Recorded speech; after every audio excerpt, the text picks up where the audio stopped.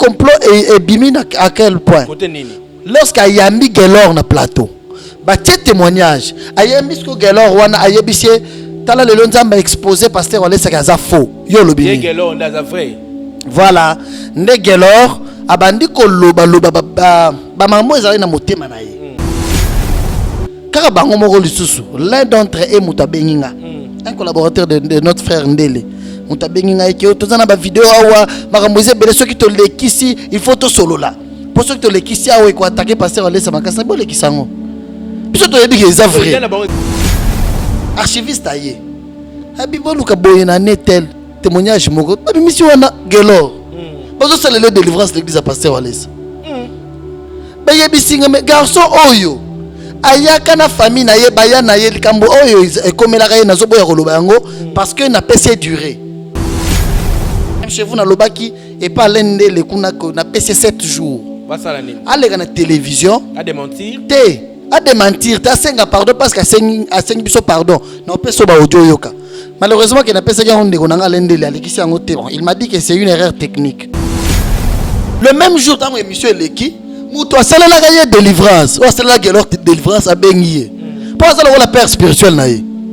Gelor. Yo uzu courage nini ya olega na TV. Olo ba makambo lokuta wa attaquer papa Wale sa papa na biso. Yo yebi ndenge bayaka na yo na famille na yo. Pour témoignage neza na famille na ye. Biso to pesi ta senga na télévision. Alega senga pardon. Nde du coup abandi ko sala ba message. Ah papa nanga bolimbisa ngai ba ndur nga na erreur pas journaliste. Ba envoûter ngai. Gelor nda osenga bolimbisi. Nazo peso audio ba toyo kango. Bonsoir papa nangai. Ok papa vraiment na banina ko senga bolimbisi pai na yo. Et pas ya chrétien nyoso pe bana nyoso ya église pe papa na biso alesa. Vraiment désolé. Na zomo na télé oni na koloba. Et je sais pas aussi pourquoi la question est à poser à qui prédenté Yakokima yango. On a évité son akolo que j'ai été piégé dans Satan parce que nga lobela mingi bablo ne tuba deniti si basala ka ba aventure wana bablo kona mais bon normalement on a ko se justifier te papa bolimbisi vraiment bolimbisi. Et na yebi ke na nzela bolimbisi nga sengi pa na yo iko par quoi parvenir pe na bande comme susu oyo et tout ça bango libako et je te promets surtout pour na kombo ya papa je ne le ferai plus jamais. Attends na plateau ba poser une question tu me connais côté appeler et déranger vraiment ma casse et je me demande pourquoi na komba ki na niveau wana parce que na yebi zelo kutumta ko betelanga te ya makambo wana vraiment suis vraiment désolé naza vraiment désolé na éviter son akobi en mvutuma tobitumba to ezaka guerreur Nzambe alimisanga bino pe na sengi vraiment bolimbisi vraiment désolé vraiment désolé. Mais bango basalela yango émission. J'ai compris qu'il a été utilisé. La preuve c'est quoi? Alain de l'esco a commis les messages. Ayebisi mais yo yeba qui ceux qui yeba que ozo collaborer na bato Wale ça. Il fallait que yebisa ngai avant pour na bengi yo oyaki. Nazala message. Ya Gelor non la Gelor comme ko banga atindele biso su yango. Atindi yango alobi botala ko journaliste makambo yebisinga. Ayebisinga yo ceux qui yeba que ozo sola na bato Wale ça. Mais pour na ntango na benga kiyo, il fallait que yebisa nga vérité bombela nga pona ni. Ça fait très mal. Ce qui ne m'a pas plu, c'est jusqu'à ce que nous avons compris comment est-ce que un Gelor, oyo aya, ce qui n'a duré. Ça n'a pas Satan qui a pris mon thème à ma case. Aboyo la télévision, c'est un pardon. Il est 4 ou 5 jours. Ceux qui ont la télévision, tu peux avoir 5 pardon. Azo senga biso pardon na butu. Mais na moi na caméra, au lobby que papa allait s'azana nzambe te. Mais na butu zo lo bakazana nzambe. Te, makambo lobby na biso na butu oyo. Les cas sont na télévision lo bayango. Ndeko na ngai, oza congolais olinga kamboka oyo.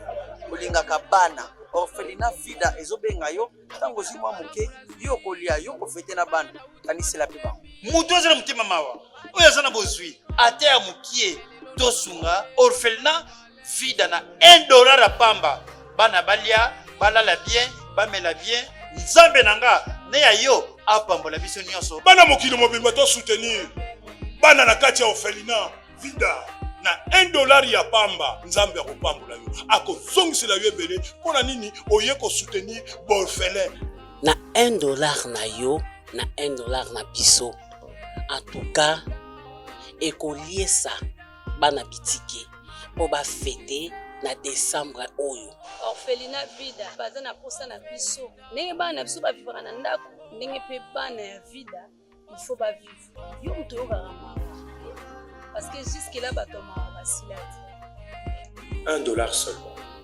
franc congolais eza nango kaka 2000 francs mpona kosunga baorphelin bafete bonne année neti kaka bana nyonso oyo bazala bandako baparent soki tosangani bato ebele na ba $1 na biso vi ya bana wana bakolongola na motu na bango ke bazalaka na baparent te alors soki ozopesa epai ya bana nzambe récompense nini kozala ndenge nini orphelinat vida baza na posa na biso orphelinat vida eza bongo structure oyo eza kokamba bana bitike bongo lokola bafete ya noël na bonne année ekomi pembeni baza kosenga na bino oyo aza na motema malamu motema ya bolingo motema ya bonzambe opesi kaka $1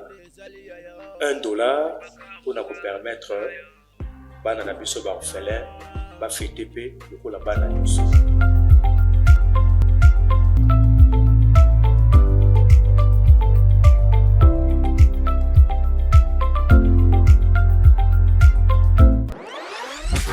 Bozali ebele bokota l'émission de partout na pesi bino mbote. Mbote bala nyonso ya Chebiso TV. Oui, malamu na mission na bino réponse à nos questions. Yande ko na bino. Na pesi moyini nanga mbote, moyini bonjour, moyini nanga bonsoir. Vous ebele bokota la biso mokili mobimba na pesi bino mbote. Merci na confiance bopona Chebiso Télévision, la chaîne qui vous ressemble. Merci na sponsor na biso Jésus-Christ de Nazareth, il y a un sponsor officiel. Il y a Chebiso Télévision. Merci Mingi Nandeko Chris pour la prise de vue.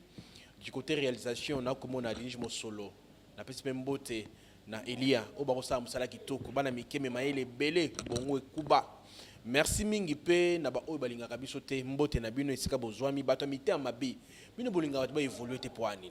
Mbote na bino esika bozwami bato baza sumuninga se eloko simbi avec mutema pasi. Poani simbi mbote na bino papa na pesi mbote mbote chic bonjour na bandeko bazota la biso sangonini très bien aux chrétiens comme biso na losambo tokutana mozili émission merci Seigneur Jésus-Christ parce que on limite tokutana na moment oyo na pamboli ba nyonso bazota la biso zala nzambe na biso zala solution na ba problème na bango au nom de Jésus-Christ amen amen tolembi hein makambo ya pasteur Walesa tolembi tolembi tomoni na télévision bakolo ba été pasteur Walesa asala vraiment kiona ba démentir ba le bien était muto yo ayaki koleka na émission azali mutu préparé oyo pasteur Walesa pesa ki mbongo po ya koleka pona lokumu na ye bato mona ki asala ka miracle ou que c'est faux ba planifier pasteur oyo ba ke ayebani na côté de ya Brazzaville akenda kosambela muto ba yebi été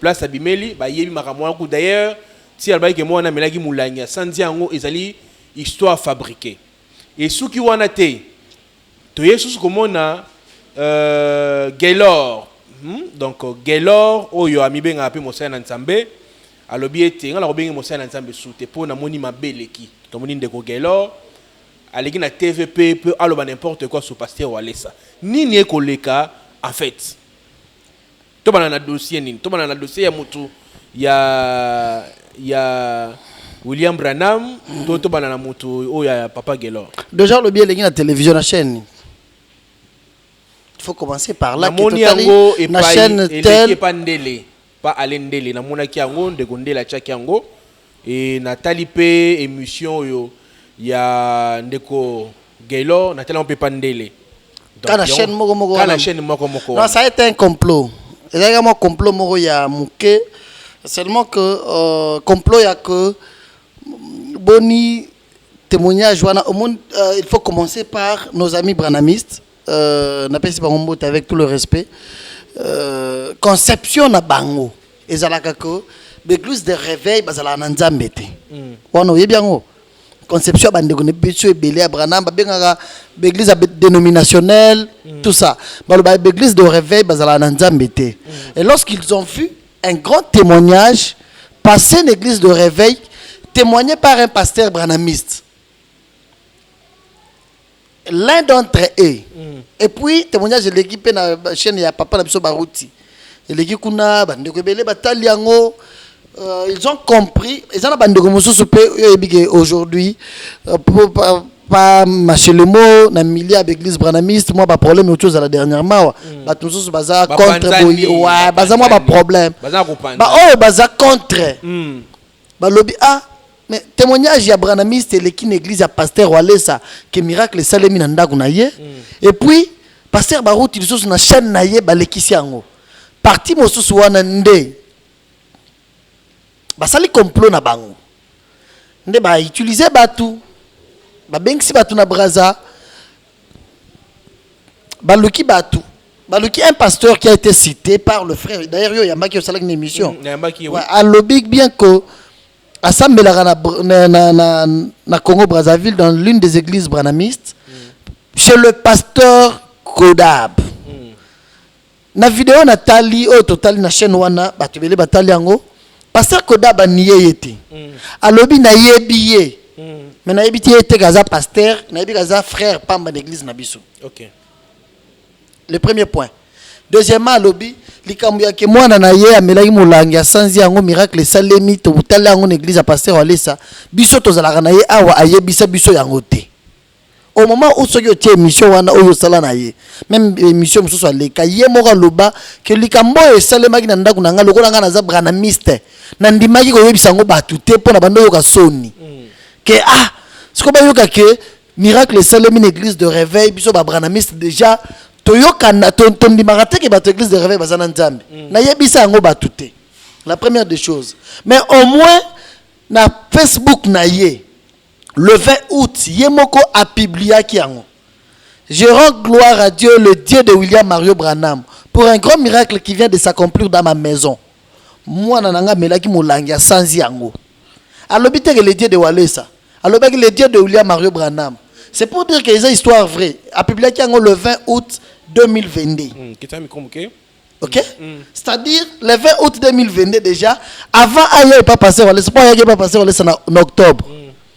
C'est que y a pasteur Kodab wana ba yebani pamba alobi que témoignage no esalemi total en grande église à pasteur Walesa c'est que bazala ta ba mi na réseaux sociaux te akotaka na compte na ye na Facebook na romona que ye moko frère wana publiera yango je pense s'il y a possibilité de retirer yango batu a publiera yango ye moko depuis le 20 août likambo ne salimaka on comprend que c'est un complot monté. D'où maintenant tu comprendre que c'est un complot. Tu comprends le complot à quel niveau? Le frère dans le témoignage, il a dit, pasteur Walesa poser la question pour nous la précision. Au outil wapi, na outil braza, naza pasteur au travail wapi. Alors bah na travaillé qui na Pointe Noire na pasteur Lifoko. Premièrement. Et puis na ya na braza mikolo nazo vana na braza na travaillé kanaza pasteur associé à l'église ou bazo dirigé par pasteur Kodab. Il y a des noms de deux pasteurs cités. Il fallait qu'il y ait un pasteur Kodaba Lobake. C'est faute yebiete. Mais à l'obi na vidéo na yebiye. Mais témoignage na yebisa bisote. Or yemora loba na yoka sonia ko yebisa ngo batu. Ponga za branhamiste. Mais au moins na Facebook na ye a publié ki ngo malobaki te nzamba Walesa mutasali, alobaki nzamba William Mario Branham mutasali. Mais au moins comme il était persécuté par Dieu. Il faut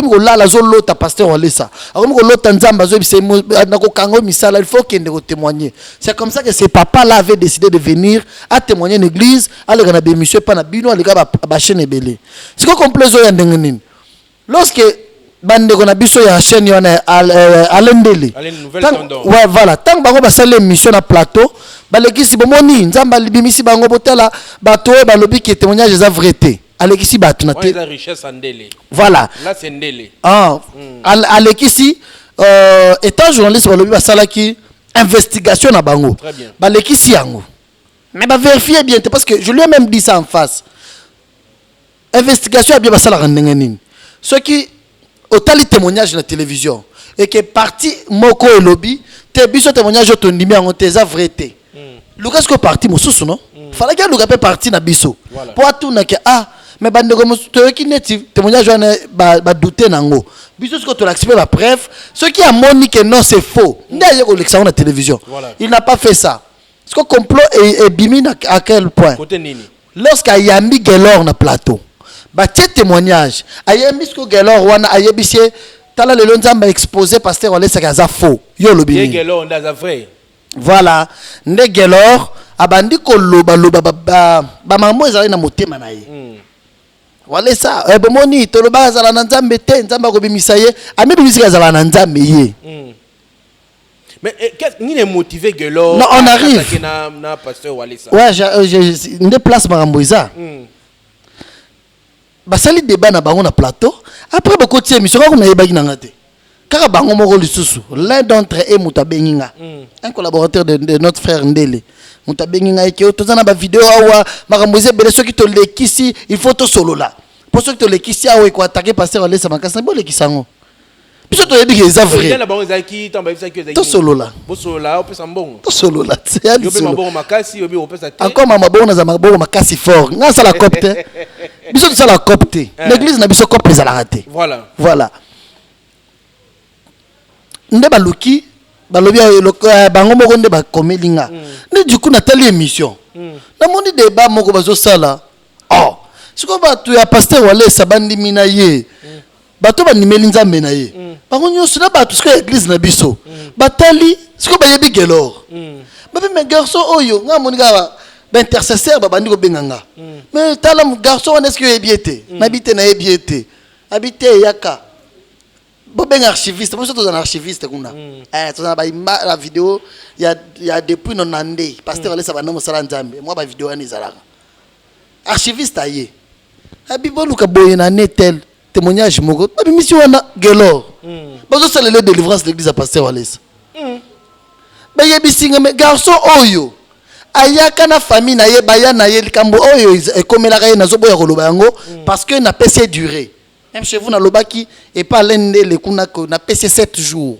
basala nini aleka na télévision a démentir te asenga pardon parce que asengi biso pardon na peso ba audio yoka malheureusement que na pc yango ndeko nanga lende le alekisi yango te il m'a dit que c'est une erreur technique peut-être comme non voilà na yebi yango te mais quand même moi je lui fais confiance il m'a dit que c'est une erreur technique fallait que na montage batia ba audio peut-être monteur à Bosanaki le même jour dans l'émission Eleki muto asala la délivrance o asala Gelor délivrance a bengié pour ça la père spirituel na ye Gelor yo uzu courage nini ya olega na TV oloba makambo lokuta o attaquer papa Walesa papa na biso yo yebi ndenge bayaka na yo na famille na yo pour témoignage neza na famille na ye délivrance na yo ndenge le kaka osenga papa Walesa simba akangaka na makolo loba papa Walesa délivrance oyo na témoigner liboso batu te s'il vous plaît pour na sana église ce qui na témoigner bandimi na nyonso bakondima te bakokima na kolobango te tozana biso to pesi ta senga na télévision alega senga pardon nde du coup abandi ko sala ba message papa nanga bolimbisa ngai ba ndur nga na erreur pas journaliste ba envoûter ngai Gelor nda osenga bolimbisi nazo pesa audio bato ayoka OK moi ngala bolinga tolana na audio et puis to abandi ko senga ba tolana na voilà merci toka audio ya pasteur Gelor t'es prophète il y a prophète Gelor et puis on se retrouve juste après chez Biso Télévision chaîne oyo ekokani na yo. Bonsoir papa nangai. OK papa vraiment na banina ko senga bolimbi se pai na yo et pa ya ba chrétien nyonso pe bana nyonso ya église pe papa na biso Walesa vraiment désolé na zomo na teloni na koloba et je sais pas aussi pourquoi et la question est posée na qui prédenté ya kokima yango pour na éviter son na koloba que j'ai été piégé na Satan parce que nga lobela mingi beblo ne chuba deniti si basala ka ba aventure wana ba biloko na mais bon normalement on a quoi se justifier te papa bolimbisi vraiment bolimbisi et na yebi ke na nzela bolimbisi nga senge pa na yo eko parvenir pe na bande comme susu oyo et tout ça bango libako et je te promets surtout pour na kombo ya papa je ne le ferai plus jamais. Attends dans un plateau va poser une question tu me connais autant appelé et déranger vraiment ma casse et je me demande pourquoi on a combattu à niveau là parce qu'il a eu des éloges que tout le monde a obéi l'angate ya makambo on a vraiment suis vraiment désolé naza vraiment désolé na évité son akobi en votuma tobi tumba to ezaka guerrier Nzambe alimisanga bino pe na sengi vraiment bolimbisi vraiment désolé vraiment désolé. Chez Bissou Télévision, chaîne oyo ekokani na yo. Voilà, Mandeko Balandi, boyoki lolenge nini Papa Gelor akosenga bolimbisi na maya salaki. Boyoki bino moko maya koloba ba preuve ekolakisa. Ah, ngala koloba na suka. Bon, sikoyo dans tout ça. Décision na bino zani. Non, biso décision zani, biso toza à un moment na ebisaka yokutu. Toi tu es notre frère. Bandonyo sobanga inaza ami des journalistes, c'est une famille. Pasteur Olé c'est un serviteur de Dieu. Na biso azana na réseaux sociaux té. Ata la télévision té, ata la difficilement. Okomona sko mutu moko boye, tala sko bazala bongo. Même pas suyo ya mara bazala bongo. Akoya na moya fingi pasteur Olé ça. Attaquer bazana nzambe té. Bomoni ngande na zana nzambe. Tala makamneti makamgelora loba. Après avandi pe azu courage akote ya batu. L'émission wana alende la tikele quelques minutes ate ya batu. Aoti ko finga mosale nzambe, aoti ko boya ke papa Olé sazana nzambe té. Mais na butu abandi ko senga ba pardon. Yoka na audio na lobi. Est-ce que audio papa Olé sa yoki makambo papa Olé sa yoki ango alimbisa ngai bo memanga te pa na ye na ke lalata soki nazana moyen comme pa na ye na ke senga pardon ben induire nga erreur. C'est-à-dire à te qui n'ont jamais dit ça na alende le mon plateau. Alende le na yango na niveau complot isa. Ye gelor a lobi que ba induire une erreur et pas l'endele. Selon le dire. La preuve en est que après to sali émission a sengi ba pardon. Il a même dit na mona ndeko na biso bill mutasala la délivrance. Alobi nengeza boye na yoki déjà qu'il faut na leka na télévision pona ke senga pardon na za prêt ya ke senga pardon mais ba ko futi sanga mbongo kuna pona ko lega to futa ka mbongo na za na mbongo te batindeli nga ngona bi non yeso qui a sengi pardon et que s'il faudrait ko futa kuna ba ko yebisa atanga na ko futela ye mais yanga ye lokola kaka d'ailleurs ba tebele ba pekisa ba singa non jour akenda ko finga na na futela ki j'ai dit non je comprends que c'était un complot. J'ai compris que c'était un complot. Voilà, lokola to pesier une semaine. Ce qui a sengi pardon té na télévision. Pour na koloba na batu ke makambo ebele to loba kezala lokuta, c'est pas la première fois. Ba sala so émission sukana lendele. Naza na aéroport na pied d'avion je voyageais, ba to tinelinga ba lia Nathalie période papa na biso les vidéos promoteur école les vidéos akufaka parce que on laisse assembler la raye et les gars awa. Oui, ouais, bambaki parce que voilà, ba sala émission na cher ya nzambe bazo bambe ba dollar. Or émotion muto na za nango passer wala sa ebisi yo so kufaki kabela na mbongo comme père et fils bazo solo la muto auti ko témoigner passer kabela na mbongo ndabi misa mbongo wana mimoni bazo ta la vidéo asi akufaki ndabi misi ba dollar abandi ko kabela pasteur wala sa mais bango basalela yango émission j'ai compris que il a été utilisé la preuve c'est quoi alende l'esco comme les messages ayebisi mais yo yeba ki soki yeba ki ozo collaborer na bato wale ça il fallait que yebisa nga ya avant pona na bengi yo oyaki nazala message ye gelor non non la gelor comme ko banga atindele biso su yango pour il a exposé oui mais nazana ngo atindi yango alobi botala ko tout journaliste makambo yebisinga ayebisinga yo soki yeba ko zo sola na bato wale ça mais pona ni tango na benga kiyo il fallait que yebisanga vérité bombela nga pona nini ça veut dire que si tu comprendre Zandelende a benga ki Gelor a proposé émission. Je vais pas je pense que Mikolo bazotala yango je peux vous donner même le message vous pouvez exposer Mikolo bazotala le message d'abord on voilà Mikolo bazotala degré bino ba journaliste na ba degré bino ba journaliste sola na yo otango bani ko beta nga ba flash nga na ozongisa nga na za litiko tak yo Bino. mo yeli awa non mais que si yango Weli wana maka mondele nde Te ndele te. weli ndele Non. na Non. nani na gelo non d'ailleurs lorsqu'il m'a reçu dans son bureau on a eu à parler wana bureau nani ndele OK on a eu à parler il m'a si okobanga ndela ngo non ngai naza nazo banga pourquoi c'est comme si ouais ba réserve non moi je des réserves envers toi envers ta Dingalapa, envers Yves, envers Bandegonio sur la journaliste. Je voulais seulement te dire que bato bazota la biso. Bamona à quel point ba journaliste n'a pas pasteur parce que ce qui est vrai. Ils ont été sponsorisés par un pasteur branamiste qui n'a même pas un problème avec le pasteur Walesa.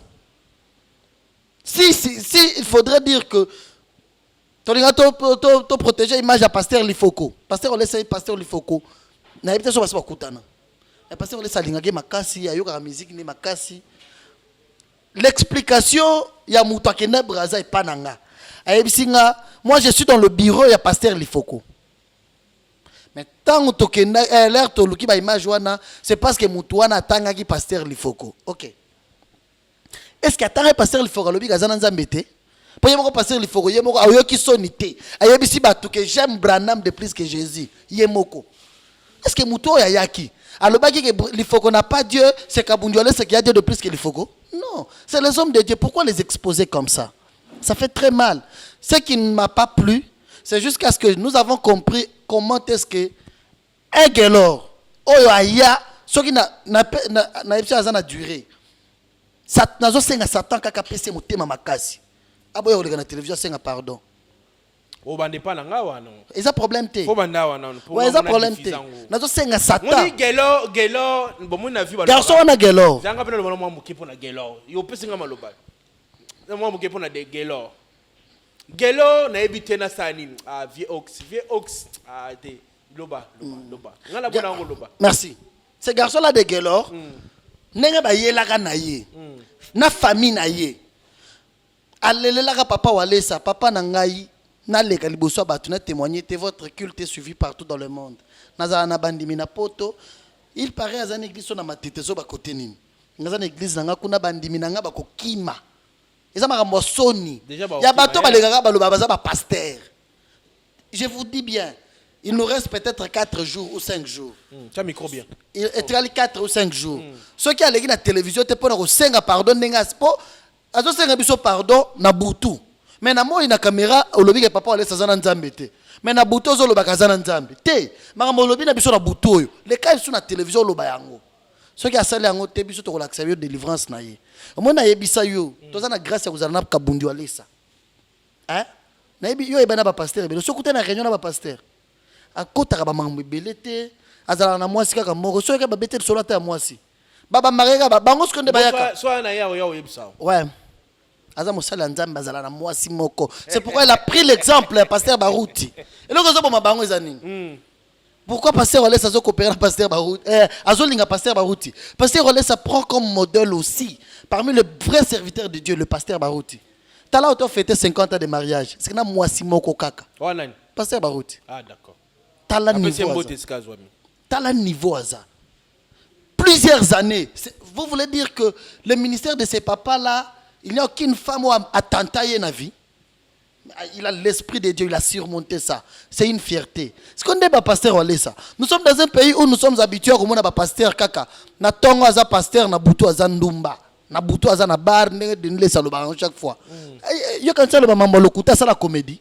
Alors ba makambo yebi parce qu'il était dans des réunions avec eux, il vivait avec eux, yebi que ba pasteur ebele baza ba ndumba, baza ba to kisi, baza ba to mankiona. Et vos jeunes prophètes qui passent chaque fois à la télévision, ils viennent seulement pour dire que bango baza nzambe te biso netoza nzambe. Or bango ndé ba vrai féticheur, ndé ba vrai mankioniste, bazwaka maboma bayaka na bango basambelela bango ba pasteur Walesa. Bango moko kaka wana. Écoute, dans ces pays, beaucoup de pasteurs na lo bango je pense même chez vous na bémission belé. Ils ont la orgueillité. Mais il y a une manière de faire comprendre que nous avons un homme de Dieu qui a Dieu. On ne va pas passer belé mon argent. Lorsque ba kuta la ba spirituel ya makasi, ba ya ramba on va passer Walesa. Hein? Nayebi que tous un archiviste moko tozala na image depuis les années 90. Oromona nayebi que aza mama ya pasteur tel muto asali AVC pasteur atindi bato. Garçon moko lega bando lega na ba télévision awa. Azala prophète bien nani. Nani wana? Tadi yeb sanga ete. Wala alega na be mission ya ala saka lokola yebi trop makambo ya ba monde culte boye. Azala pe pas pasteur wala sa période mo boye. Asala ka aventure mo akimaka pe na mutuka totika ye. Totika ye. Garçon wana azana ndeko na ye moko azala aveugle monaka te. Ndeko na ye moko. Bayaka na ye na tongo avandi na ba TV alobi pasteur wala saki botala ba signe bosala bazana nzambe te. Mais ndeko na ye oyo azala aveugle wana. Ba ezo me mayo bo me pas pasteur wala sa melela. Wala ko lobela pasteur Roger. Longa na tangi wo mona ye. Ala bi Roger. On a besoin de bongo basé belé. Ngalo biete. Roger basé belé. Est-ce qu'il y a ta comme Roger P? Roger Ngando azali. Qu'est-ce qu'il y a Roger Kabouya azali. Roger Pinani azali. C'est pour te dire quoi? Parce que la bongo et belé mon abalé kaka oyo. Lorsqu'ils ont des problèmes spirituels. Tala, nayebi jour moko. J'entre dans le bureau de papa Walesa. Je le vis debout avec une maman. Ayamiye bien, azo solo la naye, azo sambele la ye, azo solo la bien. Bazo solo la bien. Na bureau naye. Après sambele le malheureusement maman wata okufa dernièrement tika biso. Après yebisinga aza maman ya pasteur papa biso papa babenga ku na matanga il a sala témoignage ate yaki na matanga wana. Sima na matonge c'est pas notre pasteur. Matonge côté ni. Sima commune. Na yebité. Te yebi. Pasteur Jean Bosco Kindomba. Voilà. Maman naye. Ayebisaka ye. Bobengela na walesa ya. Pasteur walesa longa na ndaku na ye. Akenda ka kotala mama wana. Asambelela ye. Mama wana lambela ke fufu aliaka. Soki mama wana zobela balobi. Amenez-la chez le pasteur walesa. Qu'est-ce que je voulais te dire? C'est une grâce que nous avons dans ces pays. Merci. Ça nous bien. Bafuta ko bien par exemple pasteur walesa. Tokomi na souke émission. Bon, question est-ce que moi ezate bolimbisa papa Gaylor ape muto asali mabe est-ce qu'il faut ka bo diffuser? La Bible le dit. Bolimbisa le vrai pardon c'est quoi? Non, le vrai pardon c'est quoi? Bible le dit. Non, lorsque tu as un problème avec ton prochain, va le voir. Bible le bongo. Ce que ça problème na mutu. Kendo mona ye, osenga ye bolimbisi. Il doit commencer par faire ça. Il l'a fait à la télévision. Nous considérons que la télévision s'appelle Kabundu Walesa. C'est important que ça à la télévision. On considère qu'aujourd'hui la télévision s'appelle Pasteur Walesa. Place à Lobaki wana. Il a diffamé l'homme de Dieu. Diffamation. Et puis il y a une chose grave. Alobinin.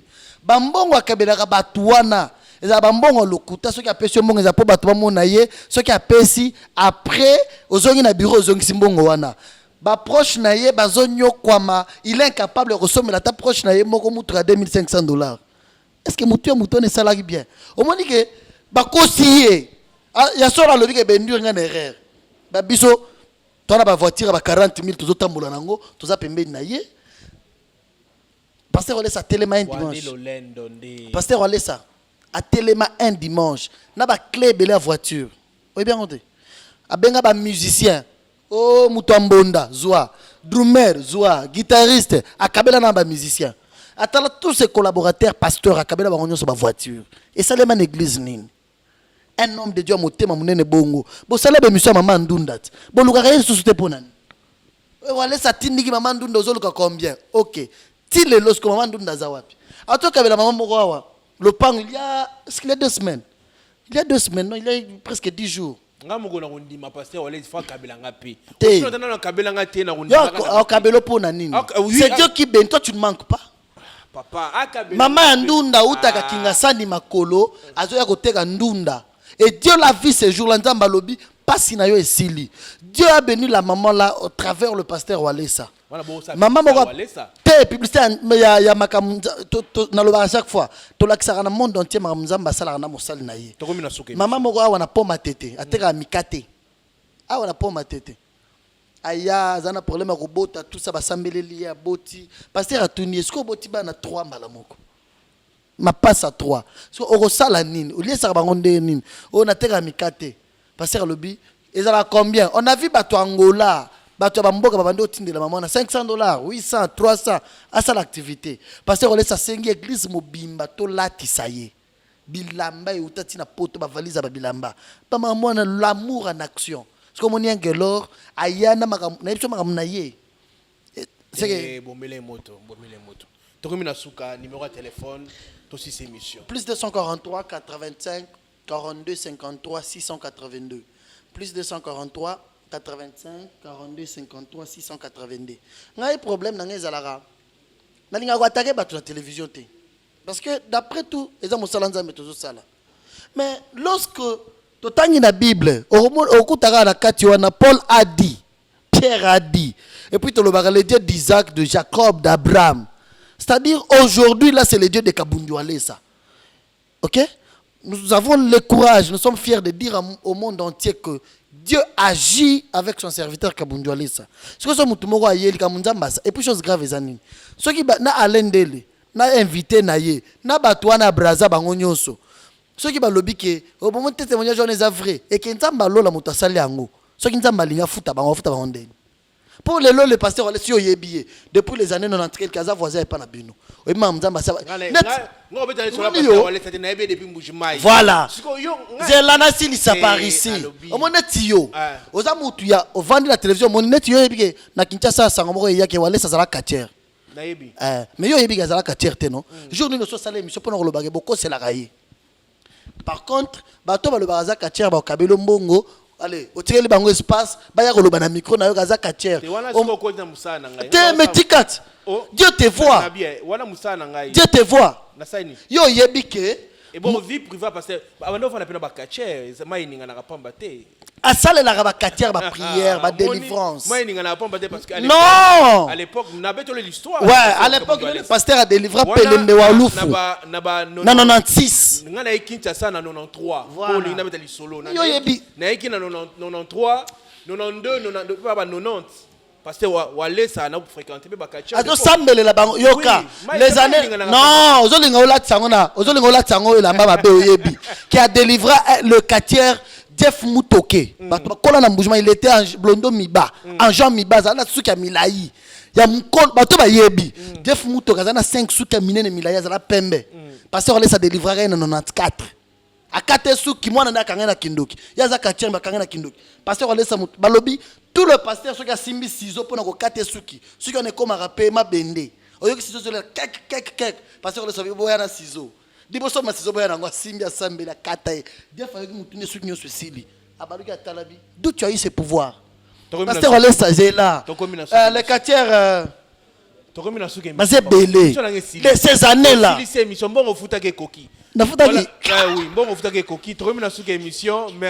Ah, chic. Non, tu sais. Non, mais yo été. Mais on peut ça parole là non? Naba kisako makamunyo sonzamba osana mosali na ye tokolakisa ngo monde entier. Je voulais seulement te dire toi pour katinga. Yo yebi certaines vérités. Mais otika po ba futu mbongo. Otiki espace ba trop le mambo lokuta. Oyo yebi keza lokuta. Comment n'est pas péné à pasteur Wale ça. Chargé de communication. Yo futa mbongo futa nga. Écoute, mais tu connais la vérité si. Si tu connais la vérité mais ezala ya bien. Aussi longtemps que tu connais la vérité. Ah, il y a une vérité. Merci, Batpalana Ibiso. N'a pas ça, Batumbote. Ah, tu es dans un stade, dans un stade de martyrs. Le 14 juillet. Maman a veillé de prière. Le 14 2023. Le 14 juillet 2023. Toi, dans le décembre. Il nous reste, tu sais, toi, on a moins 6 mois, pamba, il y a préparatif. Osala. Vous préparez pour la presse. En tout cas, parce que Wale, ça mon avis, mon repas. Mon parce que Wale, ça mon avis, son moko, to ya sérieux. Pour ba 4 avis, son bon belé. Donc il faut dire. Ndekonangai, oza Congolais, olinga kamboka o. Olinga kabana. Orphelina fida ezobenga yo tango zimwa muke yo kolia yo kofete na bana kanisela pe ba. Mutu azana mutima mawa. Oyo azana bozwi. Ate ya mukie tosunga orphelina vida na $1 à pamba. Bana balia, balala bien, bamela bien. Nzambe nanga ne ya yo apambola biso nyonso. Bana mokili mobimba to soutenir. Bana na kati ya orphelina vida na $1 ya pamba nzambe akopambola yo akozongisela yo ebele mpona nini oye kosoutenir baorphelin na $1 na yo na $1 na biso en tout cas ekoliesa bana bitike po bafete na décembre oyo orphelina vida baza na posa na biso ndenge bana na biso bavivaka na ndako ndenge mpe bana ya vida il faut bavivre yo moto oyokaka mawa parce que jusque là bato mawa basila te $1 seulement franc congolais eza nango kaka 2000 francs mpona kosunga baorphelin bafete bonne année neti kaka bana nyonso oyo bazala bandako baparent soki tosangani bato ebele na ba $1 na biso vi ya bana wana bakolongola na mutu na bango ke bazalaka na baparent te alors soki ozopesa epai ya bana nzambe récompense nini kozala ndenge nini orphelina vida baza na posa na biso orphelina vida eza bongo structure oyo eza kokamba bana bitike bongo lokola bafete ya noël na bonne année ekomi pembeni naza kosenga na bino oyo aza na motema malamu motema ya bolingo motema ya bonzambe opesi kaka $1 mpona kopermettre bana na biso baorphelin bafete mpe lokola bana nyonso